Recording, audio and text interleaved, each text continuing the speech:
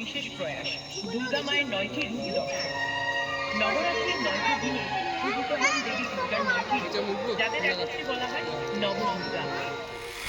এবং দেবীর কৃপায় লাভ হয় অলৌকিক অভিজ্ঞতা। তৃতীয় রূপ চন্দ্রঘণ্টা।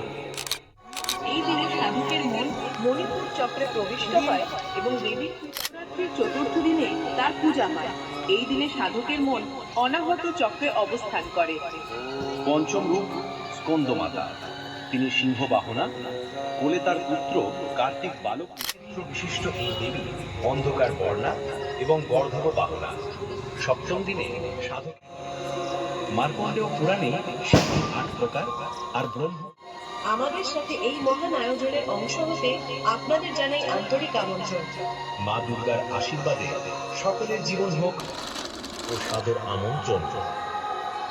এই 62তম বর্ষে আমাদের বিশেষ প্রয়াস দুর্গা মায়ের নবরাত্রির প্রথম দিনে তার পূজার তৃতীয় রূপ চন্দ্রঘণ্টা।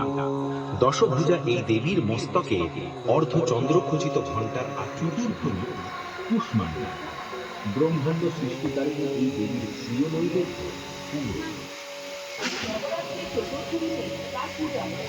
এই দিনে সাধকের মন অনাহত চক্রে অবস্থান করে। পঞ্চম রূপ